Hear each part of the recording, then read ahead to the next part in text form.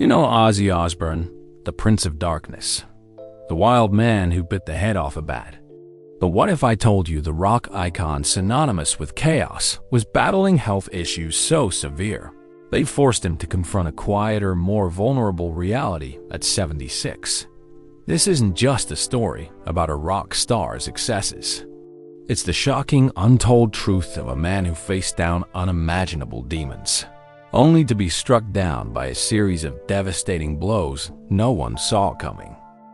How did a kid from a tough, impoverished background become a global sensation?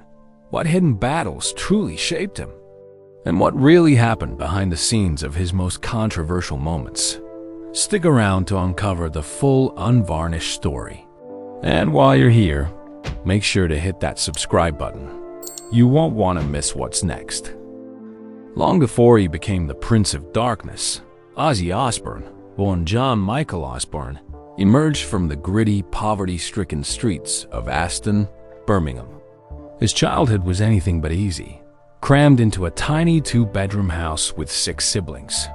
Young Ozzy struggled profoundly with dyslexia, a condition undiagnosed at the time, leading to relentless bullying from classmates who taunted him with the cruel nickname Ozbrain.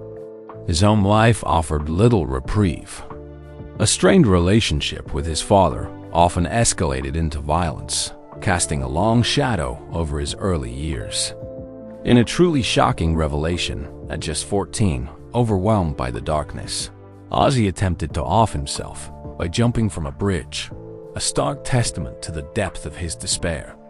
He bounced between dead-end jobs, from a plumber's apprentice to tuning car horns in a factory, even a brief, grim stint in a slaughterhouse, each one a dead end until fate intervened. But what exactly sparked his incredible transformation from a troubled youth to a musical revolutionary? Desperate to escape the crushing grip of poverty, young Ozzy dabbled in petty crimes, a path that inevitably led him to a brief but impactful month in Winson Green prison for burglary.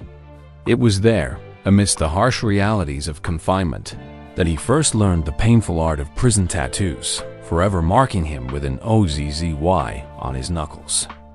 Yet, the true turning point wouldn't come from a brush with the law, but from a revelation.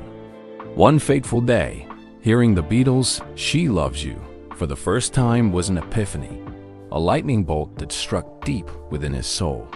It wasn't just music. It was a portal to another world, a sudden, burning desire that consumed him. With a newfound purpose, Ozzy took out a desperate advertisement in a local music shop. Ozzy Z Seeks Gig, his own PA. This seemingly small act set in motion a chain of events that would change music history. It was this ad that connected him with guitarist Tony Iommi, bassist Geezer Butler, and drummer Bill Ward. Together, they formed a band initially called Earth. But this wasn't just another garage band. It was the raw, unpolished genesis of something far darker, far heavier, something that would soon be known as Black Sabbath. And their ascent would be anything but quiet. From those humble, almost desperate beginnings, Black Sabbath didn't just join the music scene. They created one. With Tony Iommi's crushing, down-tuned riffs, Geezer Butler's ominous lyrics, Bill Ward's thunderous drums, and Ozzy's unique, almost wailing, untrained vocal delivery, they forged a sound unlike anything heard before. They weren't just playing rock. They were pioneering heavy metal, crafting dark, haunting anthems that resonated with a generation. Their self-titled debut and the legendary Paranoid album exploded, turning them into global sensations. Hits like Iron Man and War Pigs became instant classics, defining a new, heavier era of music. But as the band's star ascended, Ozzy's personal demons only deepened. The relentless touring, the sudden fame, and the easy access to every vice imaginable fueled a growing reliance on drink and substances. His once eccentric stage presence began to morph into increasingly erratic, unpredictable behavior. Tension simmered within the band, and what was once a tight-knit unit started to fray under the immense pressure. The ultimate unthinkable consequence arrived in 1979, a dramatic, shocking dismissal from the very band he helped create. They had given him the boot. But what would the Prince of Darkness do when his kingdom was seemingly ripped away? Thrown out of Black Sabbath, Ozzy plunged into a deep, dark depression. He spent weeks isolated in a hotel room, convinced his career was over, contemplating quitting music entirely.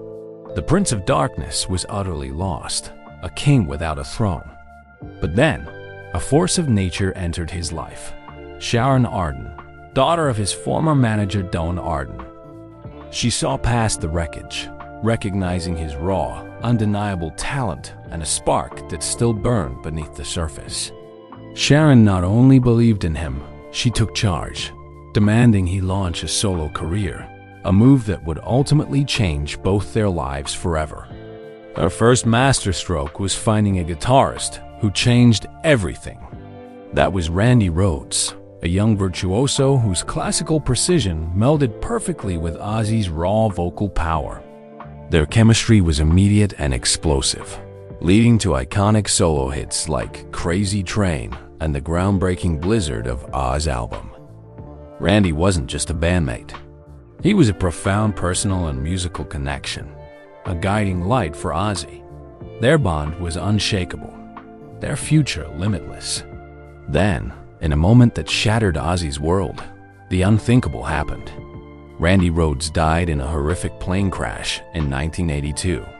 The tragedy sent Ozzy reeling, threatening to drag him back into the abyss he had just begun to escape. But how much more could one man endure before breaking completely?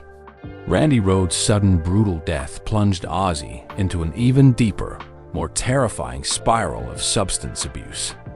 The guilt and grief were overwhelming, a torment he tried to drown in a relentless haze of drink and other substances. For years, his life became a blur of turmoil, marked by erratic behavior, public controversies, and moments that pushed him to the brink. The rock world watched, often with concern, as the once powerful frontman seemed to be fading, consumed by his inner demons. Then came the truly shocking incident in 1989. In a drug-induced blackout, accusations surfaced that Ozzy had attempted to harm Sharon, leading to his arrest. It was a terrifying, near-fatal night, a stark illustration of how far he had fallen. Many would have walked away, but Sharon Osbourne, with an unwavering loyalty and fierce determination, made a pivotal decision. She refused to give up on him. Instead, she demanded he seek professional help, forcing him into rehabilitation. This was no ordinary marital dispute. It was a desperate battle for survival, not just for their relationship, but for Ozzy himself. But could even the Prince of Darkness find a path back from such a profound abyss? The path back from the abyss was anything but easy. Ozzy embarked on a difficult but crucial journey through rehabilitation, confronting the demons that had nearly consumed him. It was a painstaking process of rebuilding, not just himself, but also the shattered trust with Sharon and his family. Slowly, painfully, the true Ozzy began to re-emerge from the haze of addiction. His musical rebirth was nothing short of miraculous. The critically acclaimed album No More Tears in 1991 signaled a powerful new era, proving his creative fire was far from extinguished. This wasn't just a comeback. It was a reinvention, showcasing a more mature, yet still defiantly rock and roll side to the Prince of Darkness. Then came the Ozzfest phenomenon. Against all odds, Ozzy and Sharon created a massive, groundbreaking music festival that not only revitalized his career, but reshaped the entire industry, launching countless bands and becoming a summer staple. And in a surprising twist no one saw coming, he transitioned to reality television with the Osbournes, revealing a chaotic, yet surprisingly endearing personal side to the world. He had fought back, but fate had yet more brutal tests in store. Just as Ozzy seemed to have conquered his personal demons and found a new stride, fate intervened with a cruel series of physical blows. In 2003, while riding a TV on his English estate, he suffered a near-fatal accident. He crashed at high speed, breaking his neck, collarbone, and 8 ribs, leaving him with excruciating injuries that required extensive surgeries and a long, painful recovery. It was a terrifying ordeal that very nearly took his life, an echo of the past tragedies that had shadowed him. But the physical challenges didn't end there. In 2019, another devastating fall in the middle of the night dislodged metal rods from a previous bicycle accident decades earlier. This seemingly innocuous trip led to multiple complex spinal surgeries, compounding his pain and severely impacting his mobility. Each accident seemed to layer new injuries upon old ones, creating a cascade of health crises that would ultimately lead to his most profound battle yet. What was this relentless string of misfortune preparing him for? The physical toll of those accidents, compounded by decades of a rock and roll lifestyle, ultimately paved the way for Ozzy's greatest and most relentless adversary, Parkinson's disease. While he kept it private for years, the diagnosis of a form of Parkinson's, later revealed to the public in 2020, marked a new chapter of profound struggle. At 76, the Prince of Darkness now faces daily debilitating physical challenges, tremors, nerve pain that is often described as agony, and severe mobility issues that have stolen his ability to walk freely.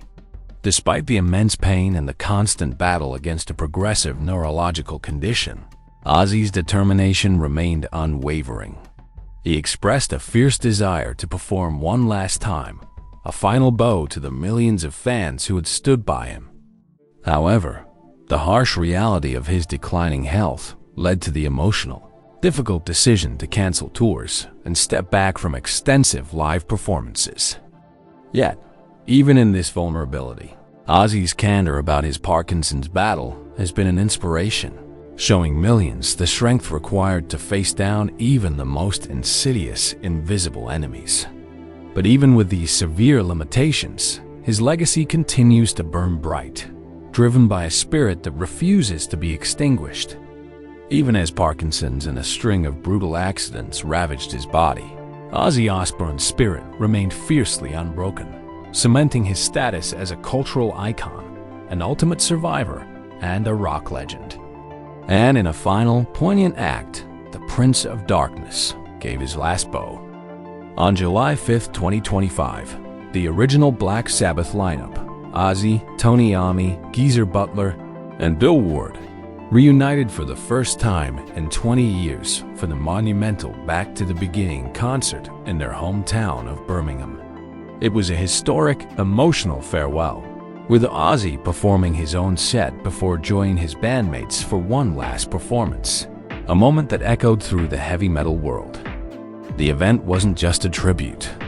It was a record-breaking charity concert, raising an astonishing $190 million for causes like Cure Parkinson's, Birmingham Children's Hospital, and Acorn Children's Hospice, revealing a surprising philanthropic side to the man known for chaos. Just weeks after that epic, triumphant farewell, on July 22, 2025, Ozzy Osbourne passed away at the age of 76, surrounded by his loving family, including Sharon and his children, who had been his steadfast support through decades of incredible highs and devastating lows. His death, just 17 days after his final performance, marked the end of an era, but not the end of his profound legacy. The world now awaits a film capturing that monumental last concert, a testament to a life lived on the edge, a career that defied every expectation, and a spirit that continued to give back until the very end. From the harrowing streets of Aston to the glittering stages of the world, John Michael Ozzy Osbourne lived a life that defied every expectation, every limitation, and every brush with death. He was the troubled child who attempted to off himself, the petty criminal who found salvation in sound, and the exiled frontman who roared back to solo superstardom. He battled crippling addictions, faced down shocking controversies, and bravely confronted the relentless march of debilitating illness, always pulling himself back from the brink. Ozzy wasn't just the Prince of Darkness. He was a pioneer who, with Black Sabbath, hammered out the very foundations of heavy metal, then redefined himself as a solo icon, a reality TV star, and, ultimately, a global philanthropist. His final, triumphant performance in Birmingham, a reunion with his brothers in Black Sabbath, was a fitting, powerful farewell that raised millions for charity. Just weeks later, he passed away, leaving behind an unparalleled legacy of music, resilience, and an unbreakable, defiant spirit. What does it truly mean to be the Prince of Darkness when your greatest battles are fought within, and your final act is one of profound generosity? Ozzy Osbourne's life proves that even from the darkest corners, a legend can rise, endure, and ultimately leave a light that shines forever. If you found this deep dive into Ozzy's extraordinary life compelling, be sure to hit the like button and share your thoughts in the comments below. And don't forget to subscribe for more untold stories from the lives of legends.